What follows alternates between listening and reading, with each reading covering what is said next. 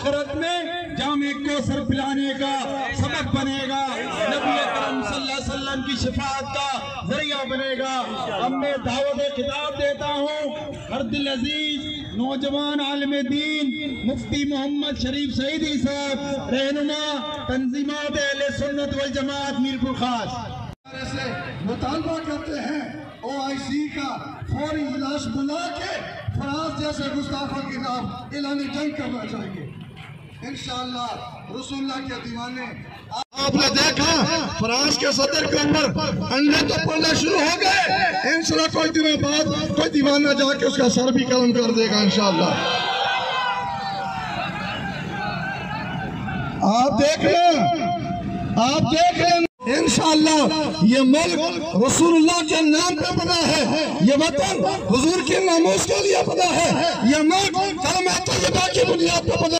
شفاعتہ لکل حول من الاحوال مقتحمی، الصلاة والسلام علیکہ یا سیدی یا رسول اللہ وعلی آلکہ واصحابکہ یا رحمت للعالمین۔ لائق تحسین ہے ہمارے انجمن تاجران جنہوں نے ناموس مصطفیٰ کے لیے یہ احتجاجی مظاہرہ رکھا۔ جن سے طبیعت ناساز ہے تو لیٹے لیٹے یہی خیال آیا کہ ناموس مصطفیٰ کے مظاہرے میں چلے جائیں تو یہ بخشش کے لیے کافی ہے۔ مجھے پیر جماعت علی شاہ صاحب کی وہ بات یاد آ گئی کہ ختم نبوت کے لیے لوگوں نے کہا کہ نکلنا ہے تو وہ چل نہیں سکتے تھے، انہوں نے فرمایا میری چارپائی کو اٹھا کے سیالکوٹ کے چوک میں لے چلو تاکہ کل قیامت میں حضور کے دیوانوں میں میرا نام بھی آ جائے۔ تو میں تاجران کے ساتھ اظہار یکجہتی کے لیے اور آپ حضرات کے جذبوں کو سلام کرنے کے لیے حاضر ہوا ہوں۔ انشاءاللہ یہ ہمارا کھڑا ہونا حضور کی ناموس کے لیے ہے، کل قیامت کے دن میری اور بخشش کے لیے یہی ذریعہ بنے گا۔ غیرت ایمانی کا ایک موقع ہے کہ صرف پاکستان کا وزیر اعظم chief of army staff Pakistan کا صدر پاکستان نہیں، ہم کہتے ہیں سعودیہ سمیت پورے عالم اسلام کے حکمرانوں کو غیرت کا مظاہرہ کرنا چاہیے اور آنکھوں میں آنکھیں ڈال کے بات کرنی چاہیے۔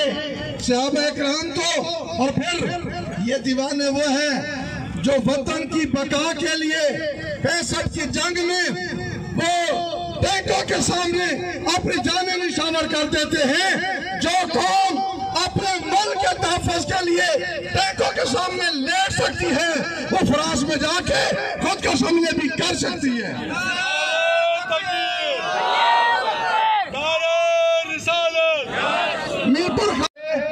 سنے رسول اللہ صلی اللہ علیہ وسلم نے جب شراب حرام نہیں ہوئی تھی، اس کی تجارت ہوتی تھی، جیسے ہی شراب کی حرمت آئی اللہ کے رسول نے فرمایا شراب حرام ہو گئی تو صحابہ اکرام نے مٹکے توڑ دیے۔ مدینہ طیبہ کی گلیوں میں ایسے شراب بہ رہی تھی جیسے سیلاب آ گیا ہو۔ کسی صحابی نے یہ نہیں کہا حضور چلو یہ بنی پڑی ہے اس کو تو بیچ دیں تاکہ کوئی نقصان نہ ہو جائے، اتنا سرمایہ خرچ ہوا ہے۔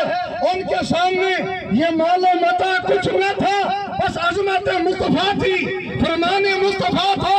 آج اگر تاجر یہ کہتے ہیں کہ جناب فراز کی تمام مصنوعات کا بائیکاٹ کرتے ہیں، اللہ کی عزت کی قسم تم اپنی دکانوں سے بیچنا چھوڑ دو، تمہارے رزق میں برکت ہوگی، تمہارے مال میں برکت ہوگی۔